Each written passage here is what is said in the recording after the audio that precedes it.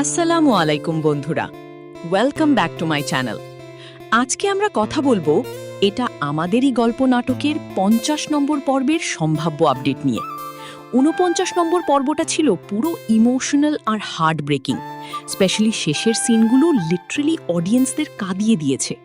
ভিডিওটা স্কিপ না করে শেষ পর্যন্ত দেখবেন, কারণ আজকের এপিসোড রিভিউতে আমি বলবো সামিরের বাবার মৃত্যুর পর ফ্যামিলিতে কি হতে পারে, ফাহাদ কি ফাইনালি তার আব্বার সামনে যেতে পারবে, মীরা আর ফারহানার রোল কি হবে, আর নেক্সট এপিসোডে কোন ইমোশনাল টুইস্ট আসতে পারে।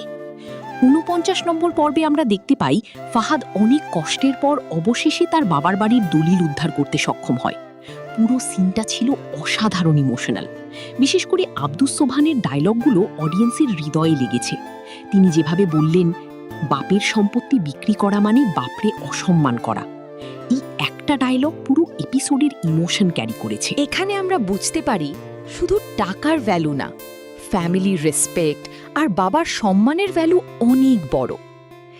এরপর ফাহাদ যখন এক্সাইটেড হয়ে তার আব্বার কাছে দলিল ফেরত দিতে যেতে চায়, তখনই স্টোরিতে আসে সবচেয়ে পেইনফুল টুইস্ট। সে জানতে পারে তার আব্বা আর বেঁচে নেই। অনেস্টলি বন্ধুরা, এই সিনটা ছিল পুরো এপিসোডের সবচেয়ে হার্টব্রেকিং মুহূর্ত।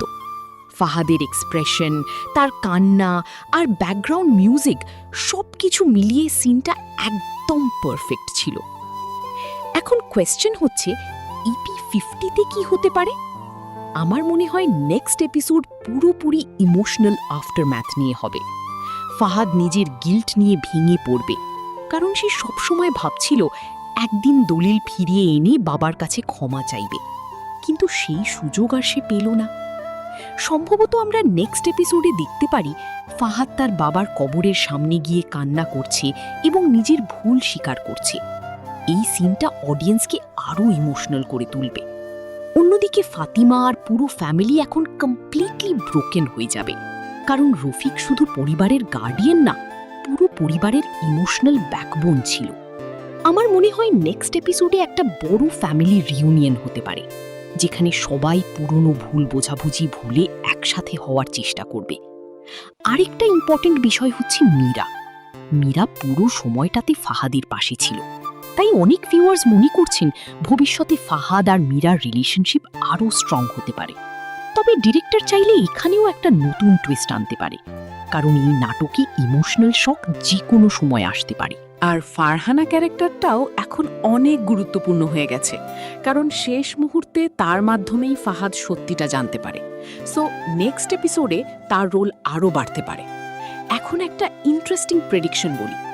আমার মনে হয় রফিক মৃত্যুর আগে হয়তো কোনো লেটার বা মেসেজ রেখে গেছেন ফাহাদের জন্য, যেটা নেক্সট এপিসোডে রিভিল হতে পারে। আর যদি এমনটা হয়, তাহলে এপিসোড 50 আরও বেশি ইমোশনাল হতে যাচ্ছে। এছাড়া অডিয়েন্স এখন একটা জিনিস খুব এক্সপেক্ট করছে, ফাহাদের কমপ্লিট রিডেম্পশন। মানে ফ্যামিলি আবার তাকে অ্যাকসেপ্ট করবে কিনা, সেটাই এখন সবচেয়ে বড় প্রশ্ন।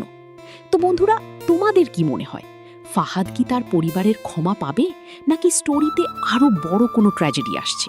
তোমাদের ওপিনিয়ন অবশ্যই কমেন্ট করে জানাও। আর এমন রেগুলার নাটকের আপডেট আর রিভিউ পেতে চ্যানেলটা সাবস্ক্রাইব করে পাশে থাকা বেল আইকনটা অন করে রাখো। ভিডিওটা ভালো লাগলে একটা লাইক দিতে ভুলবে না। আজকের মতো এখানেই শেষ। আল্লাহ হাফেজ।